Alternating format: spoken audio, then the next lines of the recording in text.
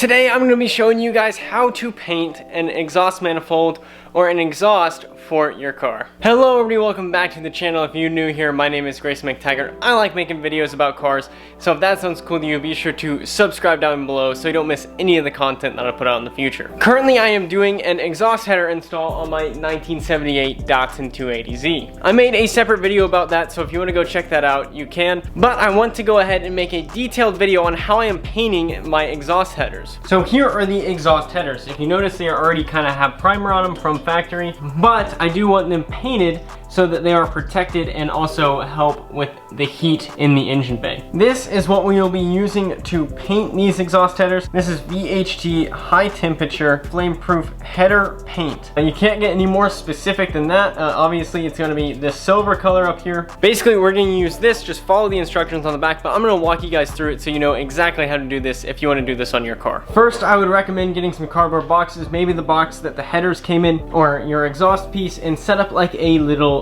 temporary paint booth thing so you don't get this paint on anything else. Pretty much whatever this paint goes on, it's not coming off, so be careful of where you're painting. If you're painting around a car, I went ahead and also blocked off around the car as well, but you do want it to be a controlled environment, pretty much room temperature, and you do want to make sure that nothing around it is going to be severely damaged if paint gets on it. Once you do that, you want to mask off important areas. This would be like any flanges, especially the side that connects to the engine. Anything that's gonna have a gasket on it, I would recommend masking off because this paint could cause uneven surfaces that maybe will cause a leak. Also, if you have any O2 sensor bungs, I'd mask off the threads of that area.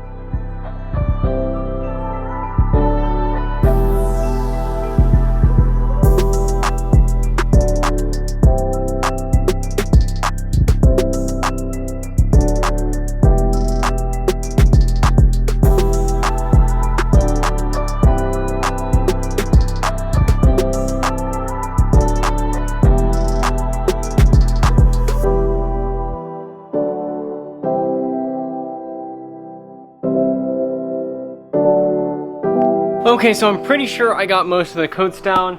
I got them pretty well done. I did both sides. I'm also going to go back and do the other side one more time just so it looks a little smoother, because I know from where I set it down it'll probably have a couple marks there. But overall it looks pretty good. By no means am I a professional. This is definitely okay. This is what I was going for. This is, you know, that home garage kind of build deal that we're going for here, but there are imperfections in this. There's by no means is this perfect. If you want really professional results, you have to have a professional do it, in my opinion. The best thing that you could do is get these like ceramic coated, like powder coated by a professional.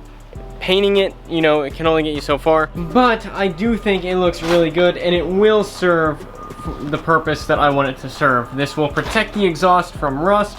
Not only that, it does make it look a little better than the black primer that was on there.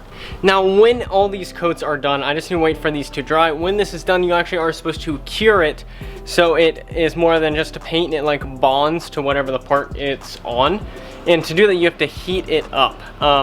The way that they recommend doing it is mounting it to the car after it's dried, and running the car at idle for 10 minutes and then letting it cool for 20 minutes. The other way to do this is baking the item. It tells you how long you're supposed to bake it for on here on the can.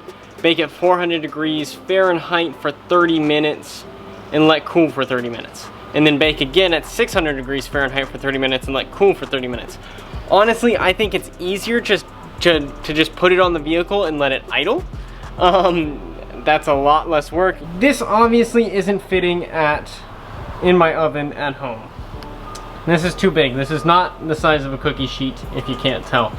This is too big to fit in my oven, so I'm just gonna put it on the car, and when I turn on the car, I'm just gonna let it idle for 10 minutes for a couple reasons. One, just to let this bake and fully cure. Now, the one thing that I am a little concerned about that is this car probably won't be able to idle for a few more days at least.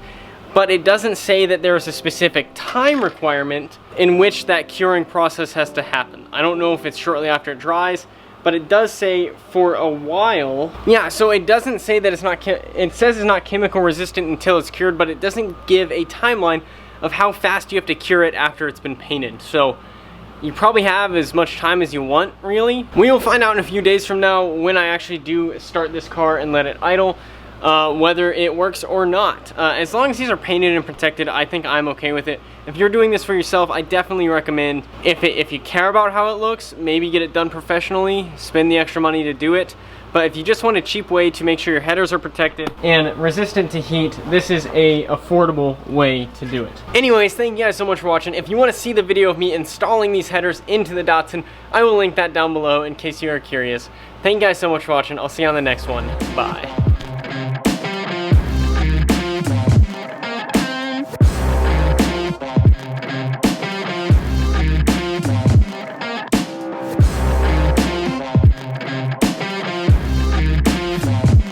My name is Grace McTaggart, and I like making car videos, and